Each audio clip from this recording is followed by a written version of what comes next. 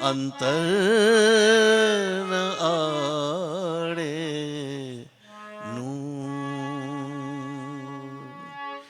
पर्दा तू ही करत है, अंतर न आड़े नूर। अंदर नाही निर्मल,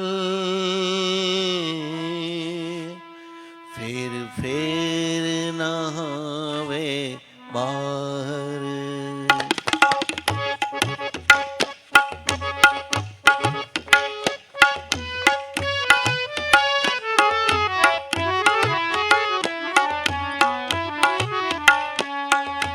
अंदर नाही निर्मल, फेर फेर नहावे बाहर। कर देखाई कोट बे,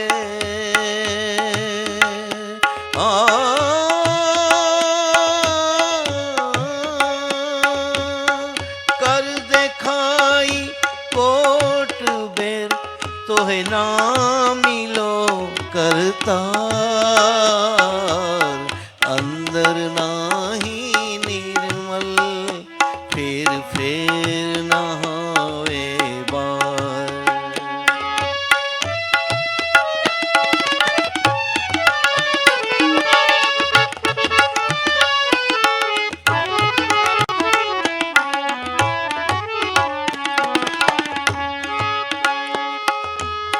कोट करो बंदगी,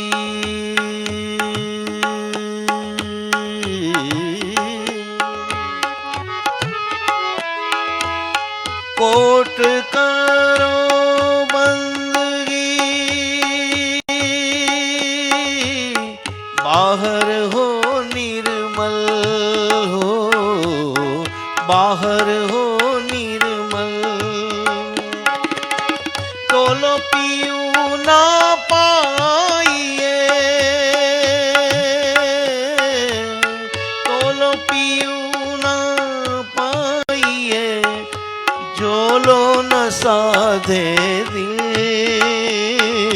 अंदर नाही निर्मल, फिर अपने पीऊ के संग। पीठ दे तिन पीऊ को,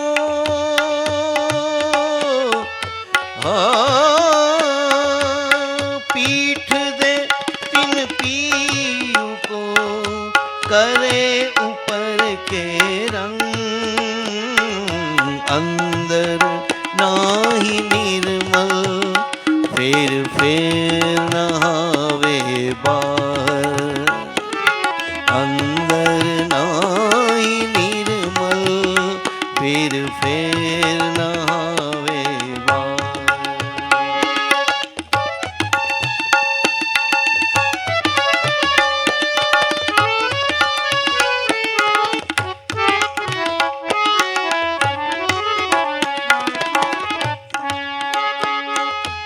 जैसा जैसा बाहर होत है, जैसा बाहर होत है, जो होवे ऐसा दिल। जैसा बाहर होत है, जो होवे ऐसा दिल। तो अधखिन पीऊ न्यारा नहीं, न्यारा नहीं। अधखिन पीऊ न्यारा नहीं, माहे रहे हिल मिल। अंदर नाही निर्मल, फेर फेर नहावे बाहर। अंदर नाही निर्मल, फेर फेर नहावे बाहर। तू आपे न्यारी होत है, यूं नहीं तुझसे दूर। आपे न्यारी होत है, पीऊ नहीं तुझसे दूर। पर्दा तू ही करत है, अंतर ना आड़े नूर। अंदर नाई निर्मल, फेर फेर नहावे बाहर। तो अंदर नाई निर्मल, फेर फेर।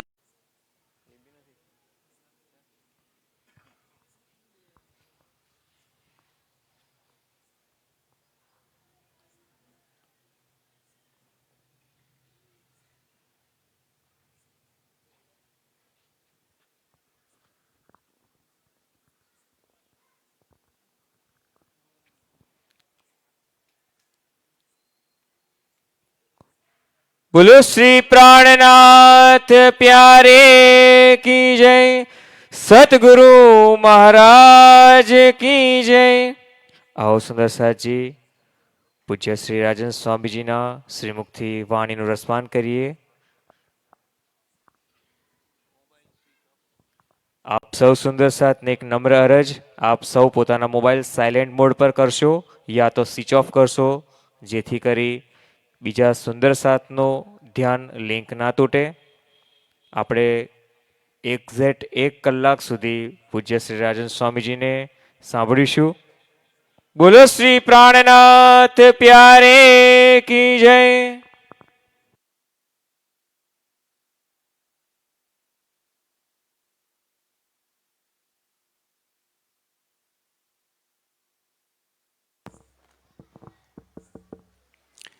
अंदर नाई निर्मल, फिर नावे बाहर। कर दिखाई कोट बेर, तो ही ना मिलो करतार। हमारी आत्मा के प्रीतम अक्षरातीत ने किरंतन के एक सरल से प्रकरण में सारी संसार के प्राणियों को निर्मल होने का बहुत ही सरल मार्ग बता दिया है। आप संसार में जहां भी देखेंगे, हर व्यक्ति जो धर्म से किसी न किसी रूप में जुड़ा होता है, धार्मिक क्रियाकलापों से अपने को निर्मल करना चाहता है। अभी कुंभ का मेला लगता है, लाखों की संख्या में नहीं, करोड़ों की संख्या में हिंदू समाज पहुंचता है। किस भावना से? कि गंगा में हम डुबकी लगा लेंगे तो हम पवित्र हो जाएंगे। सांख्य शास्त्र में क्या कहा गया है? ऋते ज्ञानात न मुक्ति। जब तक परमात्मा का शुद्ध ज्ञान न हो तब तक किसी को मुक्ति नहीं मिल सकती। पौराणिक भाषा में क्या कहा गया है कि गंगा गंगा इति यो ब्रियात सत योजने 100 योजन अर्थात 400 कोस। एक कोस में 2 या 3 किलोमीटर प्राय होते हैं, अलग अलग जगह की माप होती है। तो 400 कोस से कोई दूर दूर से भी गंगा गंगा कह दे तो सभी पापों से दूर हो जाता है। संभव नहीं है कि पापों से कोई दूर हो जाएगा, लेकिन बातों को बढ़ा चढ़ा दिया गया है गंगा में स्नान करने का, गंगा के नाम लेने का। वास्तविक पवित्रता कैसे होगी? जैसे कि बाह्य रूप से आप क्या देखते हैं कि गंगा में स्नान करने से यही मनुष्य सोचता है कि पवित्रता मिल जाएगी। गंगा में स्नान करना बुरा नहीं है। बुरा क्या है? अंधविश्वासों का शिकार होना। गंगा क्या है? हिमालय की सारी औषधियां दिव्य हैं। जो गंगा का जल है कई औषधियों से छन छन करके आता है। आप देखेंगे कि गंगा की एक धारा गोमुख से निकलती है, एक धारा केदारनाथ से निकलती है और एक धारा बद्रीनाथ से निकलती है। तीनों जब मिलती हैं तो उनको गंगा कहा जाता है। अन्यथा एक का नाम भागीरथी है, एक का नाम अलकनंदा है और एक का नाम मंदाकिनी है। तीनों धाराएं मिलेगी तो गंगा कहलाएगी। हिमालय के औषधियों का उसमें सार तत्व है। जब पहले शहरों का कूड़ा करकट उसमें नहीं पड़ता था, तब एक लोटा कोई गंगा का जल पी ले तो पूरे दिन उसको ऊर्जा मिल जाया करती थी। आज गंगा के जल में वो गुण नहीं है, इसलिए गंगा के स्नान की पवित्रता का बखान किया गया है। अंदर नाही निर्मल फेर फेर नहावे ना बाहर। शरीर को बार बार धोने से अंगों की शुद्धि होती है। मनुस्मृति में एक श्लोक आता है, अद्वेग गात्राणि शुद्ध्यन्ति मनः सत्येन शुद्ध्यत विद्या तपोभ्याम भूतात्मा बुद्धि ज्ञानेन शुद्ध्यत। इस श्लोक के 4 चरणों में 4 बातें कही गई है। जल से क्या शुद्ध होगा? शरीर के अंग शुद्ध होंगे। सत्य का आचरण करने से मन शुद्ध होगा। विद्या और तप से जीव शुद्ध होता है और ज्ञान से बुद्धि शुद्ध होती है। सबकी अलग अलग शुद्धता है। जल के द्वारा थोड़ी सी सात्विक आहार से आपकी बुद्धि शुद्ध होती है। सत्व शुद्धे ध्रुवा स्मृति, बुद्धि शुद्ध हो जाएगी तो आपकी स्मृति अटल हो जाती, स्थिर हो जाती है। और यदि आपकी स्मृति अटल हो जाती है तो क्या होगा? सर्व ग्रंथिनाम विप्रमुक्षा, अज्ञानता की सभी ग्रंथियों से छुटकारा मिल जाएगा। जल का प्रयोग किसी न किसी रूप में कुछ निर्मलता लाता है। जैसे स्नान करेंगे तो क्या होगा? यदि आपको 4 दिन स्नान न कराया जाए तो मन चंचल बन जाएगा, क्योंकि अंदर शरीर में आंतों में जो मल जमा रहेगा आपके मन को विकृत दिशा में ले जाएगा। जल से आप स्नान करते हैं, सत्वगुण आपके मांसपेशियों में प्रवेश करता है और उसके कारण कुछ देर के लिए अच्छा लगता है। लेकिन जो आपके चित्त में जन्म जन्मांतरों की वासना भरी है वो कैसे हटेगी? राज्य के ध्यान से।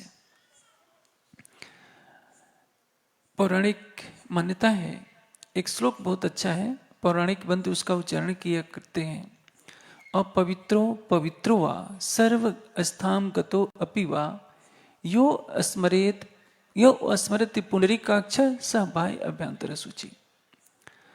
कोई पवित्र हो या अपवित्र, अर्थात संसार किसी को पवित्र कहे या अपवित्र, किसी भी स्थान पर हो, लेकिन जो एक बार भी यो स्मृति पुंडरीकाक्ष, पुंडरीकाक्ष किसको कहते हैं? विष्णु भगवान को।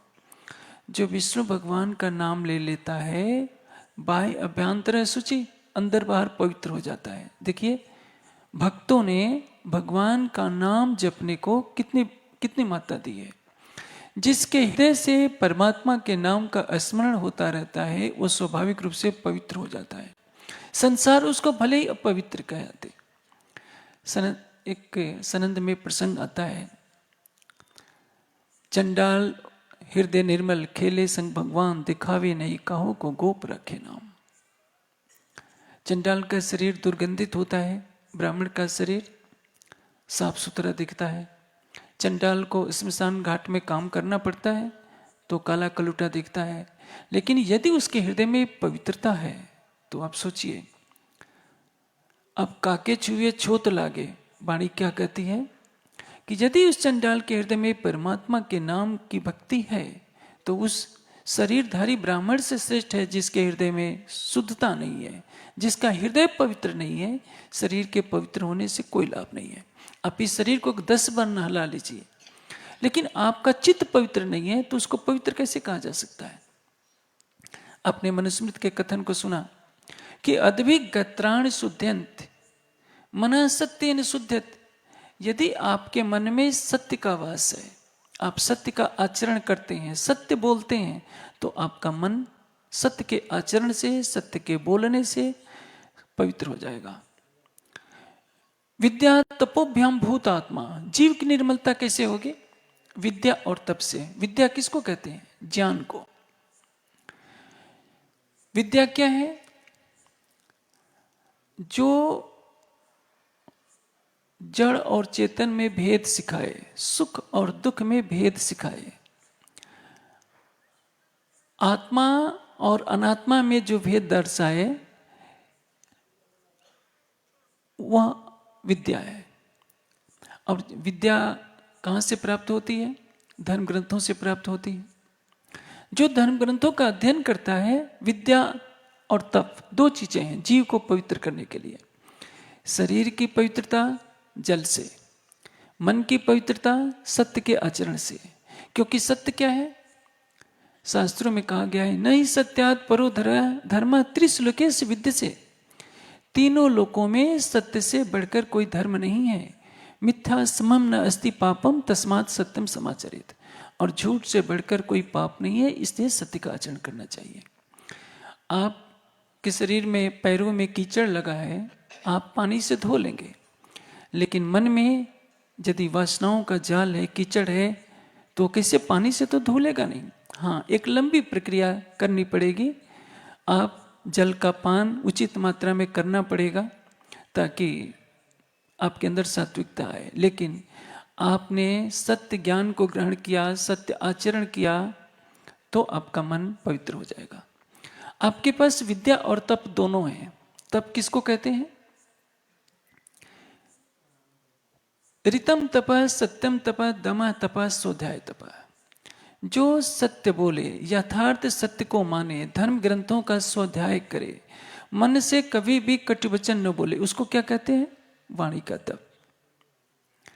जिसके पास विद्या है, धर्म ग्रंथों का ज्ञान है और सत्य है, तप है, वो क्या करता है? अपने जीव को पवित्र कर लेता है। विद्या तपोभ्याम भूतात्मा। हमारा हृदय निर्मल होगा विद्या और तप से। देखिए, आज हिंदू समाज कितना भटका हुआ है। वो जन्मना जाति व्यवस्था को मानता है। गीता क्या कहती है? चातुर्वर्ण्य मया सिस्टम गुण कर्म विभाग सा। गुण और कर्म के अनुसार चारों वर्णों की रचना होती है। मनुस्मृति में क्या कहा गया कि विद्या तपोभ्याम भूतात्मा। जिसके पास विद्या है, सा विद्या या विमुक्ति है। विद्या क्या है? जिससे मुक्ति मिलती है। मुक्ति किससे मिलेगी? आपको धर्म ग्रंथों का ज्ञान होगा। जिसने आपने वाणी पढ़ी, बीतक पढ़ी, धर्मशास्त्र पढ़े, तो आपके पास विद्या आई। आप विषयों से अपने मन को दूर करते हैं, शरीर से शुभ कार्य करते हैं, मन से वाणी से कटुवचन नहीं बोलते हैं और मन से विषयों का चिंतन नहीं करते हैं, तो आप क्या हैं? आप तपस्वी हैं। आग तापने से कोई तपस्वी नहीं होता। देखिए, आग तापने से तपस्वी बन जाए तो चूल्हा जलाने वाले सारे तपस्वी हो जाए। केवल जल में स्नान करने से पवित्रता मिल जाए तो मछली को सबसे पहले पवित्र होना चाहिए। जल में रहने वाली जितनी मछलियां हैं, घोंगे हैं, मेढक हैं, सबको मुक्ति मिल जानी चाहिए। गंगा में तो घड़ियाल भी रहते हैं, मेढक भी रहते हैं, मछलियां भी रहती हैं, लेकिन किसी को मुक्ति नहीं होती। तो एक बार गंगा स्नान से कभी किसी को मुक्ति नहीं मिलने वाली है। मुक्ति कब मिलेगी? ज्ञान की गंगा में जिसने स्नान कर लिया। ऋते ज्ञानात् न मुक्ति। जो शुद्ध समझ ज्ञान है वही विद्या है। और विद्या और तप को जिसने पाया वही सच्चा ब्राह्मण है, वही सच्चा तपस्वी है। हमारे समाज के लिए गर्व की बात है कि सूर्य प्रताप जी ने, विजय जी ने अष्टाध्यायी महाभाष्य का तीनों पढ़ी है। हाँ, सूर्य प्रताप जी ने महाभाष्य नहीं पढ़ा, लेकिन प्रथमावृत्ति तो महर्षि पाणिनि की प्रथमावृत्ति पढ़ी। हमारे समाज के इतिहास में 300 वर्षों में किसी ने भी अष्टाध्यायी प्रथमावृत्ति, द्वितीय आवृत्ति काशिका और महाभाष्य जो पतंजलि का लिखा हुआ है, किसी ने अध्ययन आज तक नहीं किया था। और आप जानते हैं, जो महाभाष्य पढ़ लेता है, काशिका पढ़ लेता है, उसकी ही गणना विद्वानों में की जाती है। और यह अध्ययन करने वाला किसी भी वेद मंत्र का बिना किसी के बताए अर्थ कर लेता है, यदि उसने निघंटु और निरुक्त का अध्ययन कर लिया तो आप समझिए, जिन्होंने अष्टाध्यायी महाभाष्य काशिका पढ़ी, वैदिक ग्रंथों का अध्ययन किया, वो ब्राह्मण है। जिसने सुषम वेद पढ़ लिया वो ब्राह्मण है, क्योंकि वो ब्रह्म को जानता है। जिसके पास विद्या और तप है वही ब्राह्मण है। और ब्राह्मण कर्म से बना जाता है, जन्म के आधार पर नहीं कोई ब्राह्मण होता। विद्या तपोभ्याम भूतात्मा बुद्धि ज्ञानेन शुद्धेत। यदि आपके पास ज्ञान है तो ज्ञान से बुद्धि निर्मल होती है। शुद्ध सम्यक ज्ञान क्या है? ज्ञान किसको कहते हैं? जो सर्वदा एक समान हो। जैसे रावण को देखिए, रावण को कोई ज्ञानी नहीं कहता है। रावण वेद का ज्ञाता है लेकिन ज्ञानी नहीं है। ज्ञानी किसको कहते हैं? जो उस ज्ञान को आचरण में लाता है वह ज्ञानी है। रावण वेद का विद्वान है, वेद के मंत्रों को जानता है, समाधि अवस्था में उस सत्य का साक्षात्कार नहीं कर सकता क्योंकि वो मांस खाता है, शराब पीता है। वेद की ऋचाओं को पढ़ता है, अर्थ भी जानता है, लेकिन उसको ब्राह्मण कहलाने का अधिकार नहीं है। दुर्योधन भी वेद का स्नातक था, शकुनी भी था, लेकिन दुर्योधन को कोई धर्मात्मा नहीं कहता। युधिष्ठिर को धर्मराज कहा जाता है क्योंकि युधिष्ठिर ने धर्म का आचरण किया था। इसलिए यदि हमारे जीवन में ज्ञान का प्रकाश होता है, यदि हमारे जीवन में उस ज्ञान को ग्रहण करके आचरण में उतारने की प्रवृत्ति है, तभी हम भवसागर से पार हो सकते हैं। ये तारतम वाणी सब सुंदर साथ को ही नहीं, सारी मानव जाति को सत्य की राह दिखा रही है कि अंदर नाही निर्मल फिर न हवे बाहर, कर दिखाई कोटबेर तो है ना मिलो करतार। अरे मानो, यदि तू करोड़ों बार कर दिखाई कोटबेर तो है ना मिलो करतार, एक दो बार नहीं करोड़ों बार गंगा में स्नान कर लीजिए, लेकिन आपके हृदय में तारतम वाणी का ज्ञान नहीं है, धर्म ग्रंथों का ज्ञान नहीं है।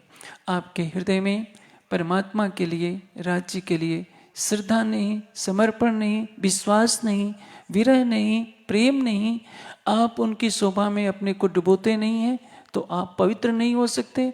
और बिना पवित्र हुए आपको परम धाम के देखने का सौभाग्य नहीं मिल सकता, राज्य के दीदार का अवसर नहीं मिल सकता। एक निर्गुणी भजन गाया जाता है, मैली चादर ओढ़ के कैसे द्वार तुम्हारे आऊं। मैली चादर का तात्पर्य क्या है? ये हमारा जीव यदि अपने चित्त में वासनाओं का जाल बैठाया है तो वो चादर मैली हो जाएगी। इस मैली चादर को कैसे निर्मल किया जाएगा? राज्य के प्रेम में निर्मल किया जाएगा।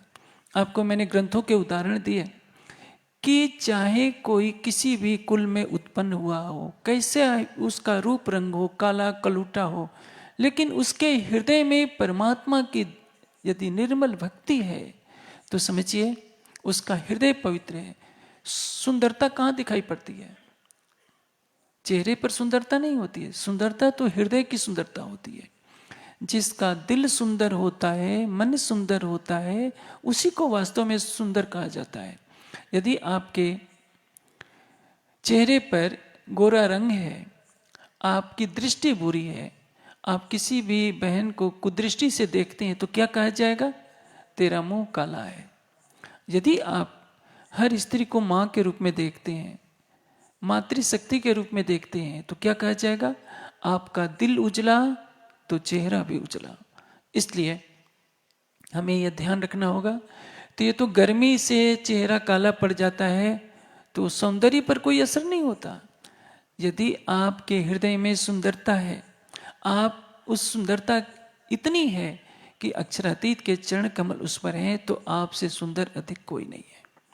यदि आपका चेहरा बर्फ की तरह सफेद है, फूल की तरह कोमल है और गुलाब की तरह लाल है, लेकिन आपके अंदर काम, क्रोध, मद, लोभ, अहंकार की भट्टी जल रही है, तो आपको किसी भी दृश्य से सुंदर नहीं हो सकता। क्योंकि शरीर तो नश्वर है, शरीर एक दिन नष्ट हो जाएगा और समय के प्रवाह में शरीर का सौंदर्य भी नष्ट हो जाता है।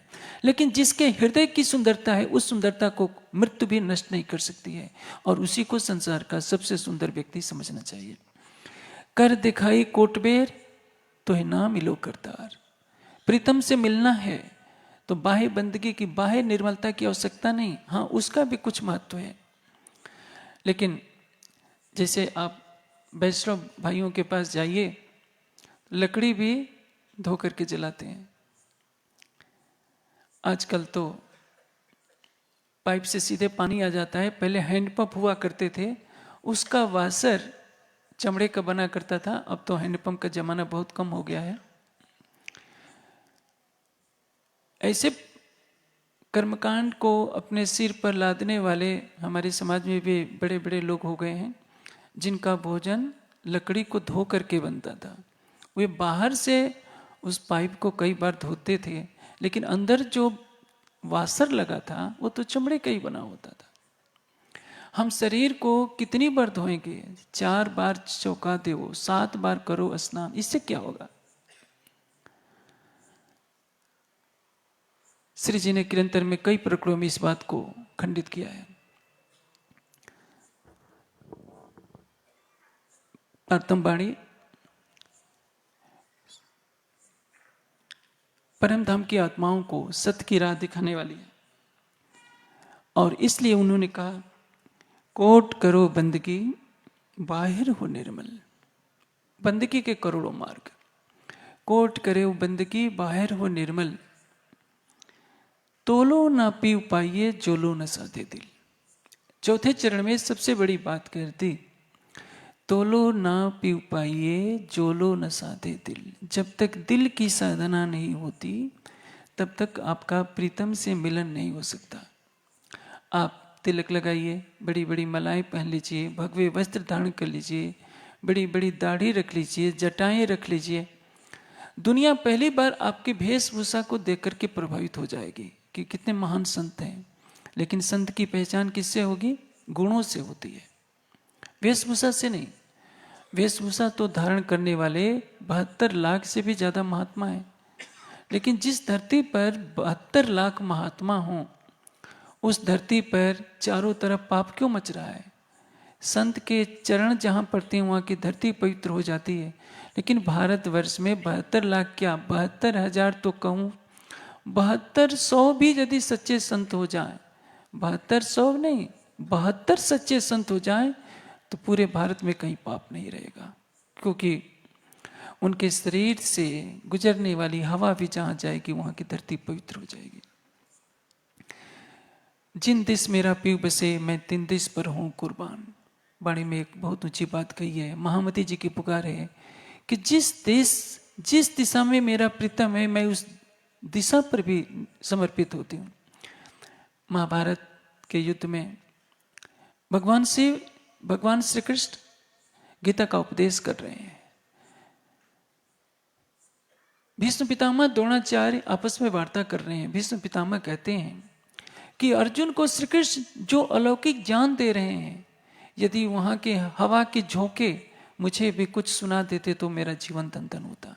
अब सोचिए, जिसके हृदय में ब्रह्मवाणी की पुकार है, जिसका हृदय ब्रह्मवाणी के ज्ञान से पवित्र हो चुका है, राज्य की शोभा को अपने हृदय में बसा चुका है, समझिए उसके हृदय में राज्य का सिंहासन सज चुका है। वही आंतरिक भक्ति है। हमारे समाज में एक धारणा बन गई है कि कंठी क्या है? कंठी हमारा श्रृंगार है। अब सोचिए कि लकड़ी आपका एक श्रृंगार कैसे बन सकती है?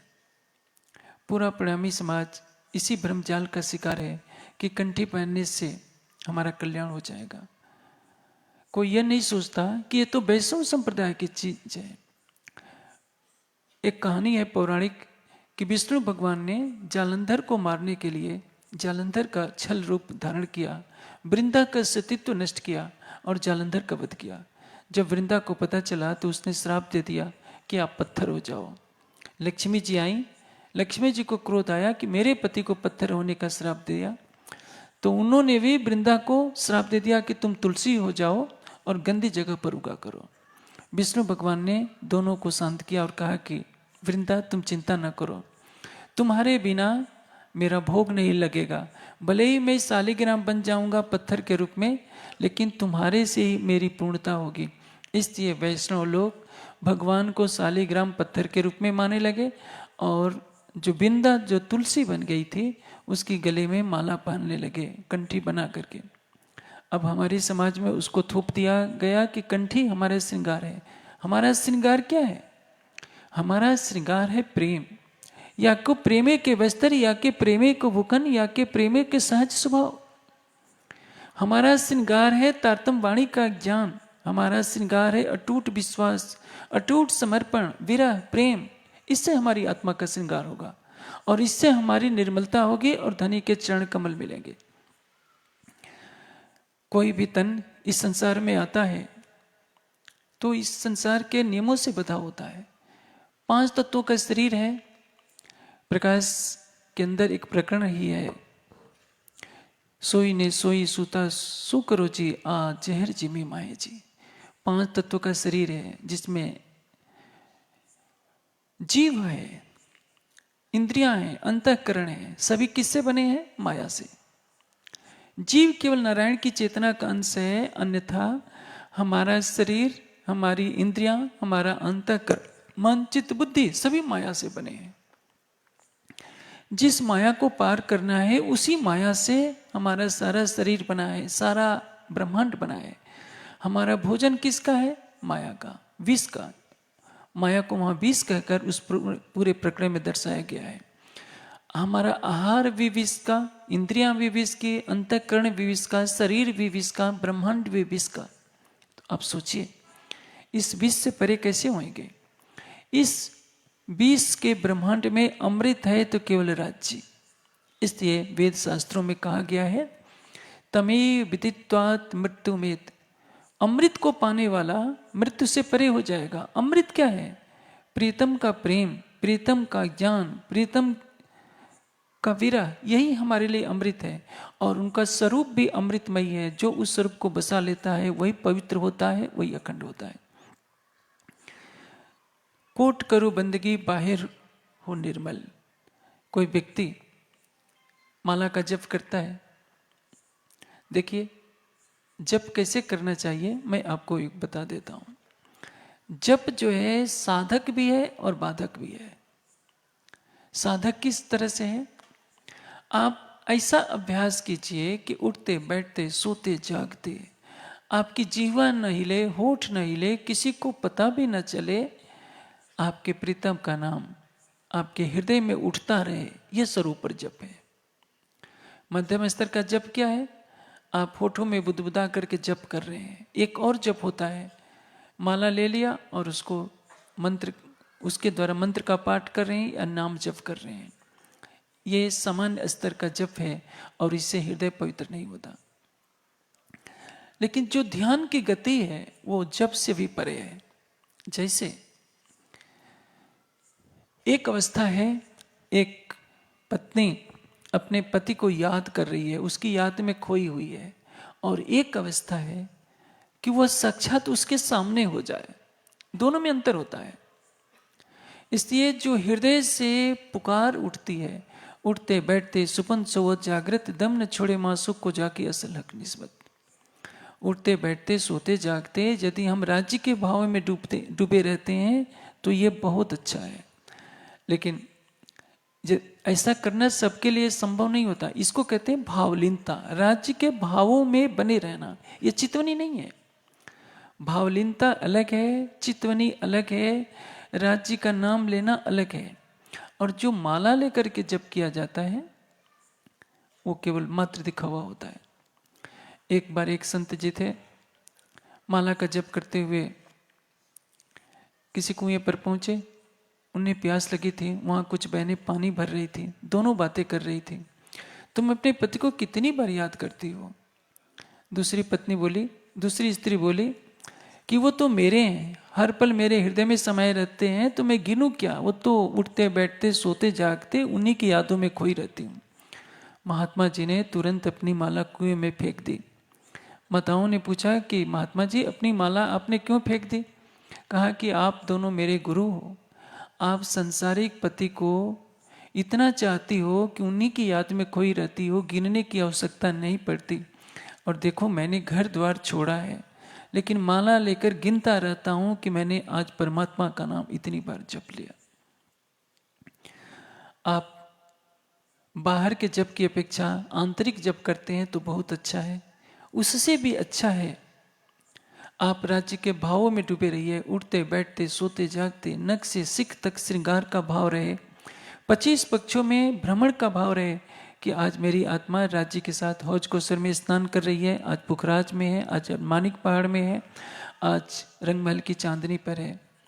लेकिन यदि आप ये भी छोड़ देते हैं, पहले का जप से भी आगे बढ़ जाते हैं, भाव में डूबने से भी बढ़ जाते हैं, विरह के भावों में डूबकर प्रेम की रसधारा को पा लेते हैं, अपने अंतःचक्षुओं को खोल लेते हैं, राज्य को एकटक देखने लगते हैं तो उससे बड़ी कोई स्थिति नहीं है, उससे ऊपर स्थिति है।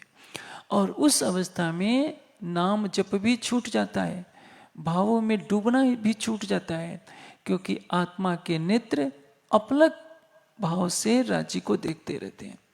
इसीलिए वाणी में क्या कहा गया है, ये मोल मिलावा अपना नजर दीजिए, पलक न पीछे फेरिए जो इश्क अंग उपजत। पलक न पीछे फेरिए का तात्पर्य क्या है?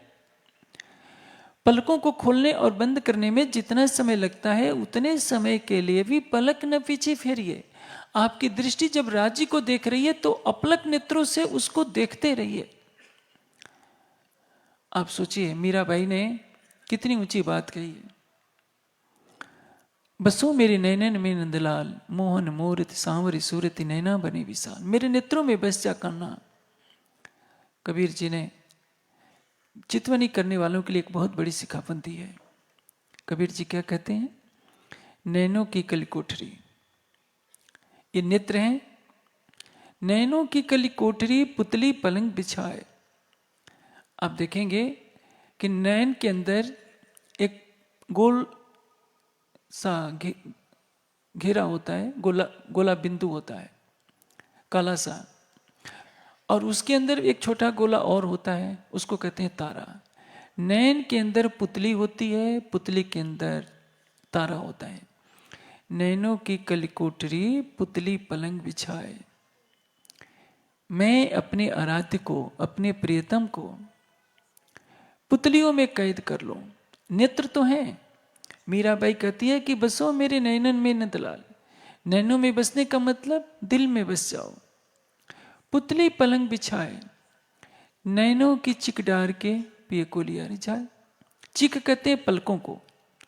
कबीर जी कह रहे हैं कि मैं पुतली के पलंग पर अपने प्रीतम को बसा लूं और आंखों की पलकों को बंद कर लूं कि संसार को न देखने पाए, क्योंकि ये पलकें खुल जाएंगी तो संसार नजर आ जाएगा। इसका आशय क्या है? मैं अपनी आत्मा के सिंहासन पर अपने प्राणेश्वर को इस तरह से बसा लूं कि कभी संसार को देखने की इच्छा ही न हो। हर ब्रह्मात्मा की यही पुकार होनी चाहिए, और जो ऐसा करता है निश्चित रूप से उसका हृदय निर्मल होगा। माया का हमें तन मिला है, हमारी उत्पत्ति भी विकारों से होती है, स्वाभाविक है। कोई कितना भी बड़ा ऋषि मुनि योगी यति हो जाए, विकारों का बीज सबके अंदर होता है। लेकिन जिसने प्रेम का सहारा लिया, समर्पण का सहारा लिया, वो आसानी से जीत सकता है। कितनी भी आप साधना कर लीजिए, लेकिन अपनी साधना का अहंकार न रखिए, अपनी निर्मलता का अहंकार न रखिए। सब कुछ राज्य को सौंप दीजिए कि राज्य आपकी कृपा से मैं विकारों की इस काली छाया से मैं दूर हो जाऊंगा और निर्मल हो जाऊंगा। अग्नि में जब लोहा डाल देते हैं तो लोहा क्या होता है, सारी काली को छोड़ करके अग्नि की समान दहकने लगता है। उसी को गीता कहती है ज्ञान अग्नि दग्ध कर्मणा। ज्ञान की अग्नि से जिसके सभी कर्मों के बंधन समाप्त हो गए।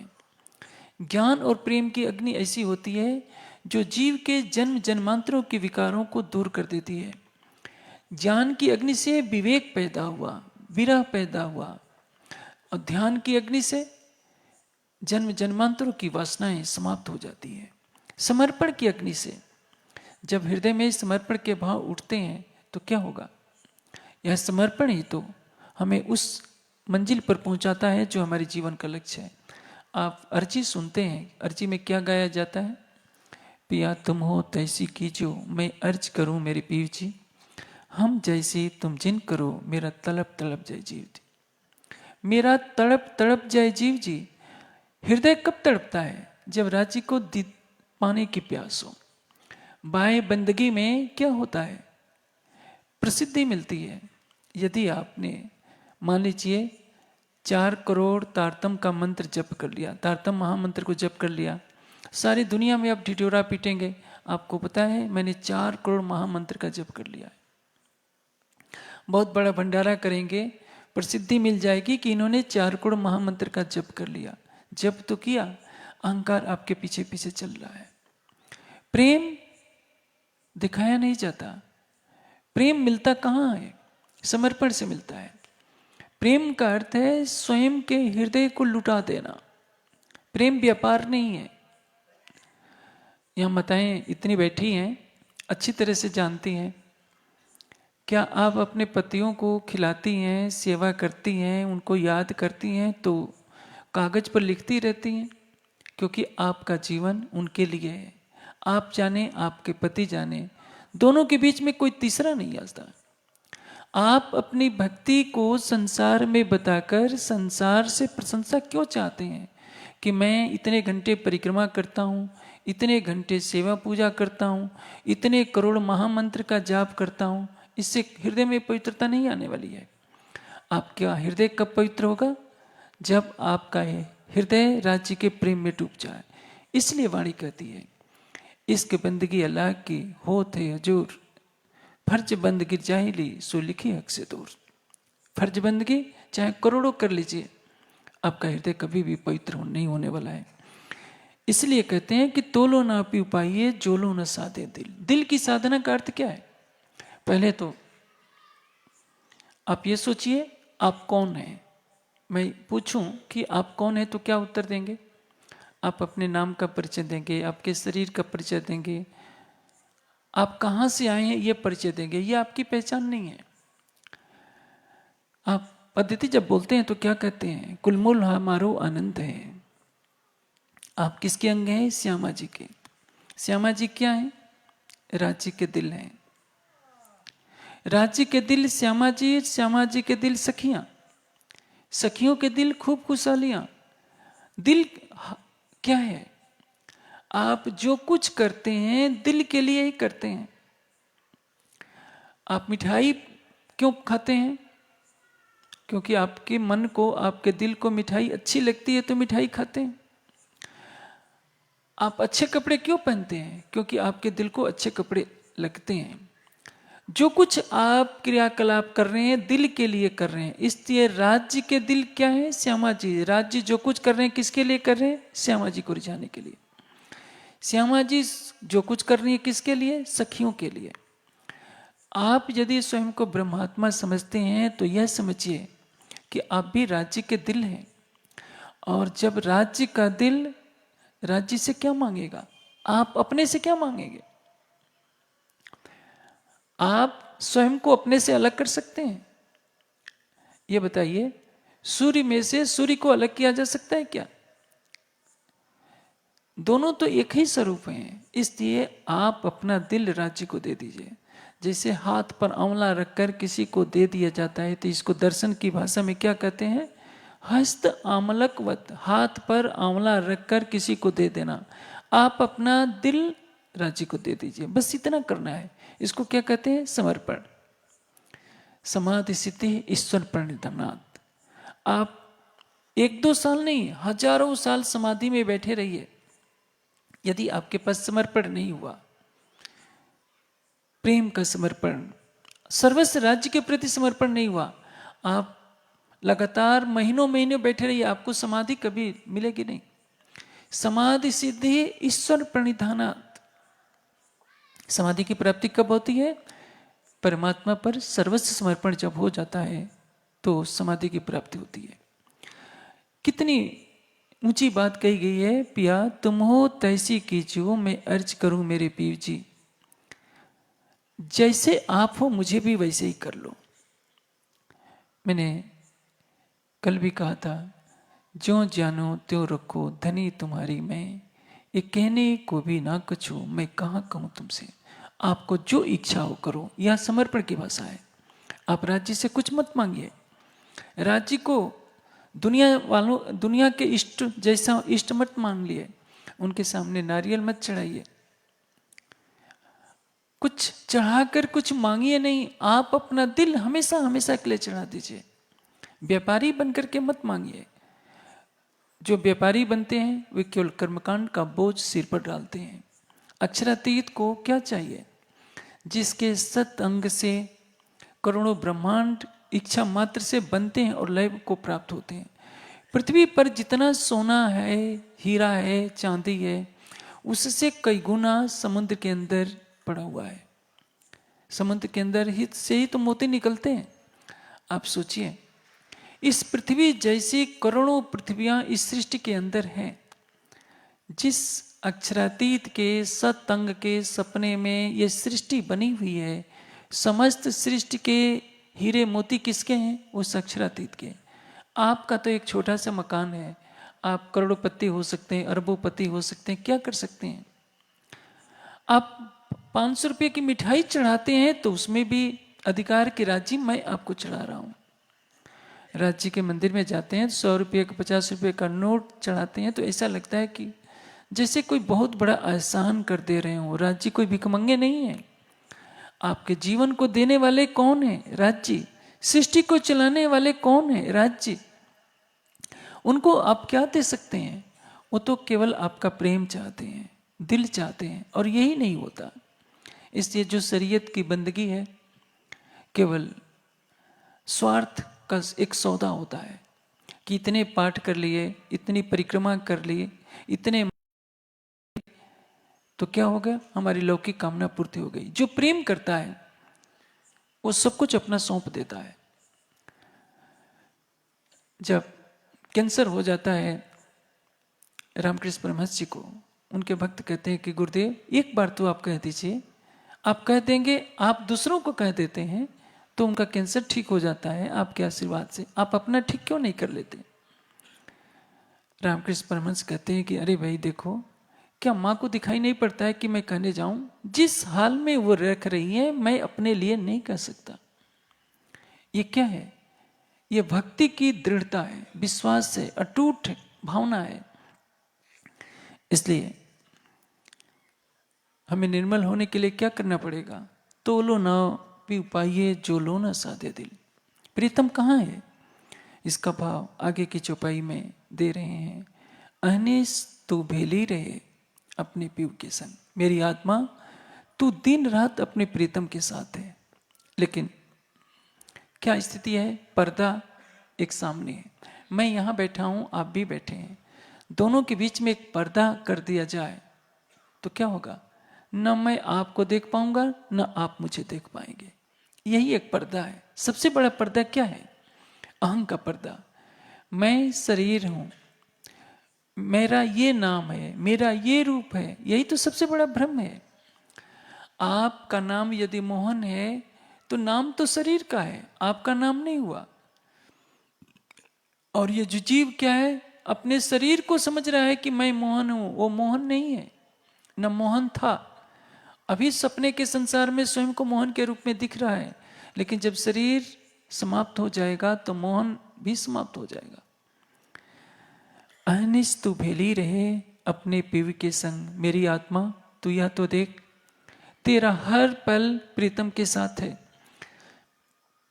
लेकिन जैसे आंखों के सामने एक तिनका आ जाता है तो हिमालय पर्वत सामने रहने पर भी दिखाई नहीं पड़ता, उसी तरह से हमारे अंदर जब संसार की भावना आ जाती है, मैं और मेरे का बंधन, मैं हूं और मेरा ये है, जब तक तू और तेरा नहीं हो जाता, केवल प्रीतम तू है, तेरी ये लीला है, तेरा ये प्रेम है।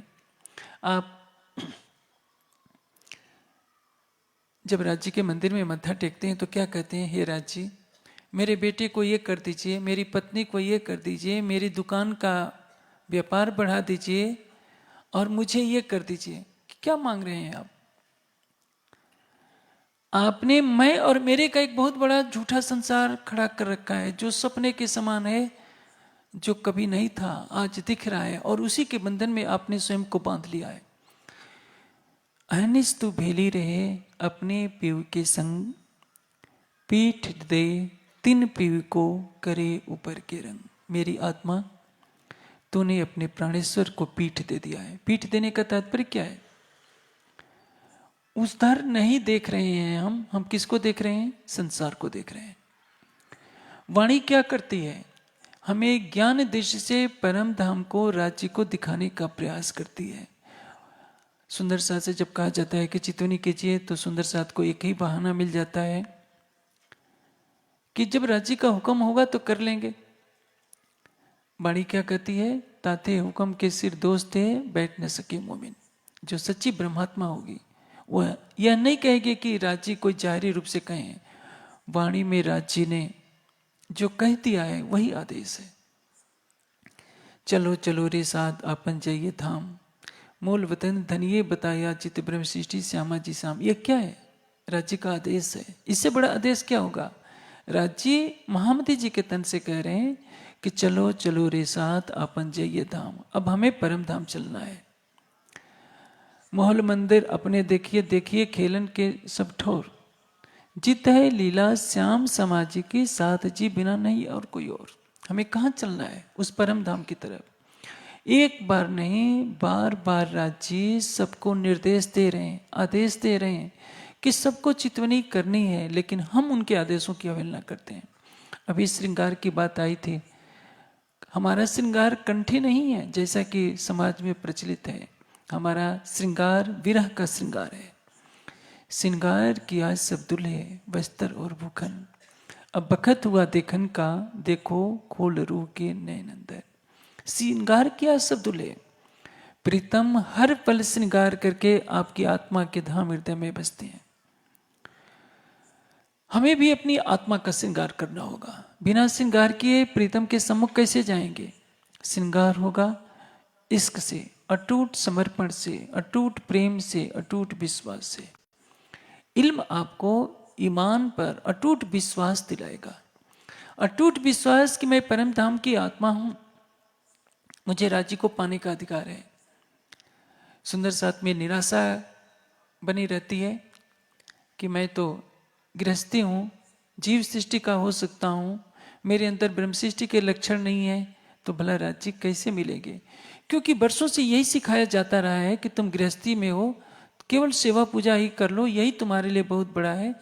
5 बार पाठ कर लो तारतम का, चरणामृत प्रसाद ले लो। लेकिन यह उस युग की बात है जब वाणी का प्रचार नहीं था। अब समय बदला है। वाणी की टीका 133 भाषाओं में हो चुकी है। अब वाणी के चिंतन और चितनी में डूबने का समय है।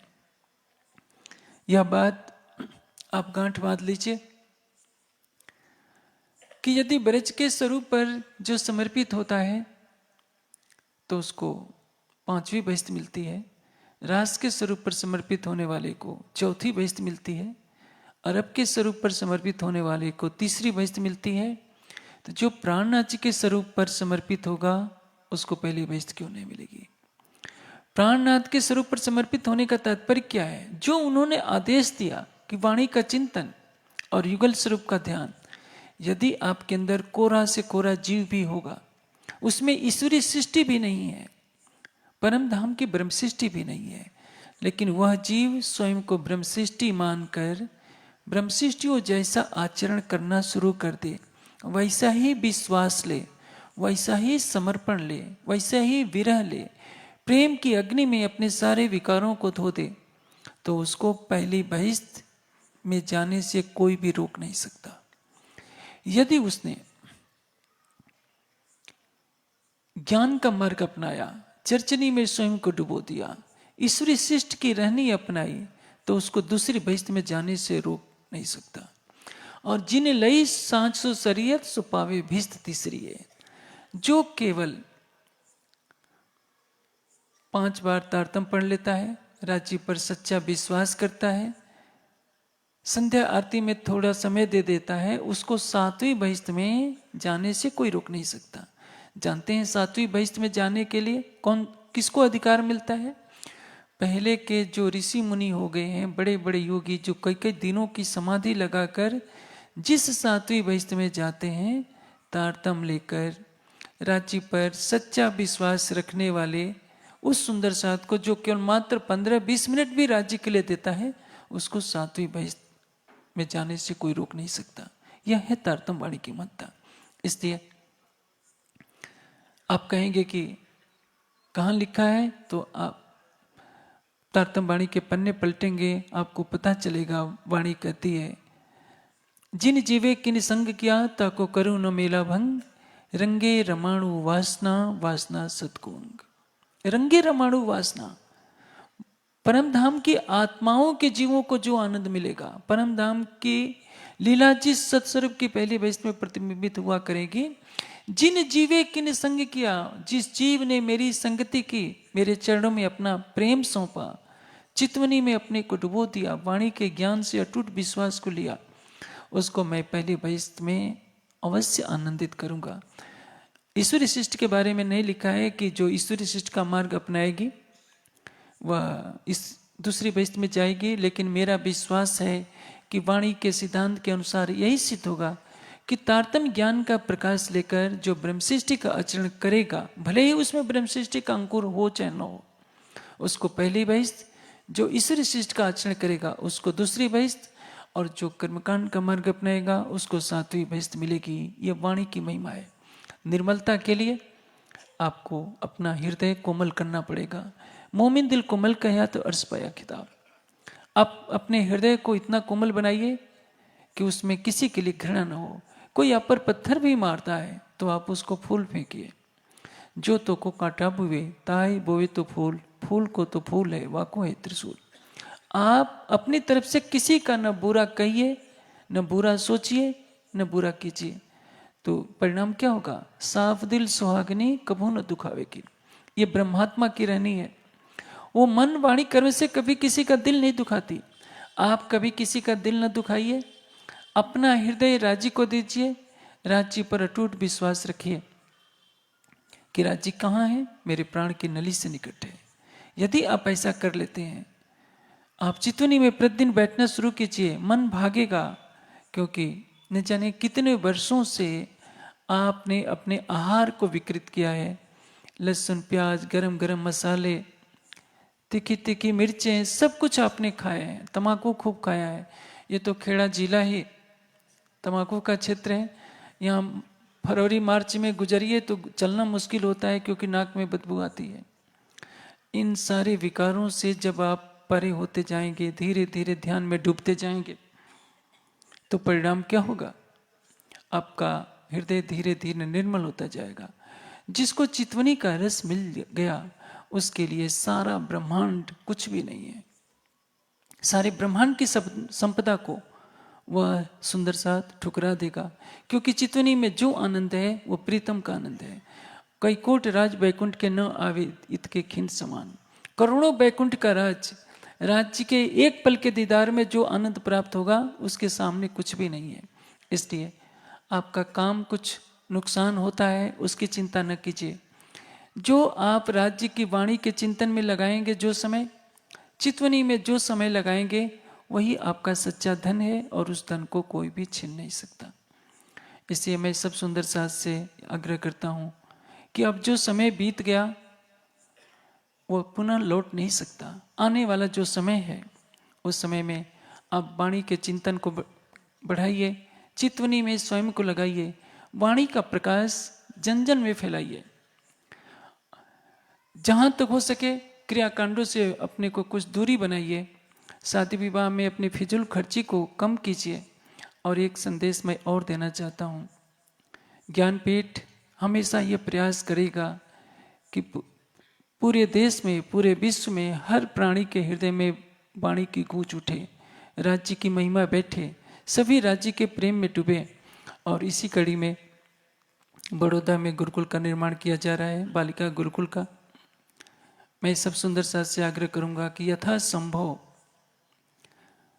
अब उसमें सेवा का संकल्प लें। यदि 1000 सुंदर साथ हर महीने केवल 1000 रुपये दें तो जानते हैं 1 वर्ष में 1 करोड़ 20 लाख हो जाएंगे, और 1.5 वर्षों में 1 करोड़ 80 लाख। इतने में गुरुकुल का निर्माण हो जाएगा। किसी पर बोझ नहीं होना है। 1000 सुंदर साथ यदि पूरे देश से इकट्ठे हो जाएं, और केवल 1000 तो आराम से निकाल सकते हैं। शहरों में तो मैं समझता हूँ आप बर्तन धोने के लिए जो बाई रखते हैं वो भी 5000 से कम नहीं लेती होगी। आप बर्तन धोने वाले को 5000 दे सकते हैं तो राज्य के नाम पर तो 1000 देना कुछ भी मुश्किल नहीं है। शादी विवाह में लाखों रुपए लुटाते हैं तो आपकी बच्चियां वहाँ विदुषी बनेगी, वाणी की गर्जना करेगी, वाणी का प्रकाश फैलाएंगी। इसलिए आप राज्य के मंदिर तो बनाते हैं, सोने के कलश चढ़ाते हैं, सब कुछ करते हैं, लेकिन वो केवल 100 पीस रह जाता है यदि वहां से ज्ञान का प्रकाश नहीं होता है तो। गुरुकुल बनेगा, ज्ञान केंद्र बनेगा, वहां से वाणी की शिक्षा मिलेगी, बीतक की शिक्षा मिलेगी, कई भाषाओं की शिक्षा मिलेगी, हमारी बच्चियां विदुषी बनकर सारे संसार में ज्ञान का प्रकाश करेंगी। इसलिए मेरी आवाज़ जहाँ तक जाए, यूट्यूब के माध्यम से, फेसबुक के माध्यम से, जो भी सुंदर साथ सहभागी बनना चाहते हैं, अपनी आय से 500, 1000, 1500, जिसकी जैसी सामर्थ्य हो। मैंने तो हिसाब बता दिया कि केवल 1000 सुंदर साथ 1000 रुपया 1.5 वर्ष तक दे दें तो उसी में गुरुकुल का निर्माण प्रारंभ हो जाएगा। और ये बहुत बड़ी सेवा है। आप ज्ञान को जितना फैलाएंगे उतना ही धनी की मेहर होगी। राज्य ने क्या कहा है, जो मेरी सुध दो और को तित चले तुम्हारा हुक्म। इसलिए अक्षरातीत की महिमा आप जानते हैं, अक्षरातीत से प्रेम आप करते हैं, कितना अच्छा होगा। आप अपने साथ ज्ञान का प्रकाश लेकर 100 और को राज्य के प्रेम में डुबो देते हैं, तो इससे बड़ा पुण्य और कुछ नहीं होगा। मैं ऐसा करूंगा, सब सुंदर साथ इस महान कार्य में सहयोग देंगे। प्रणाम जी।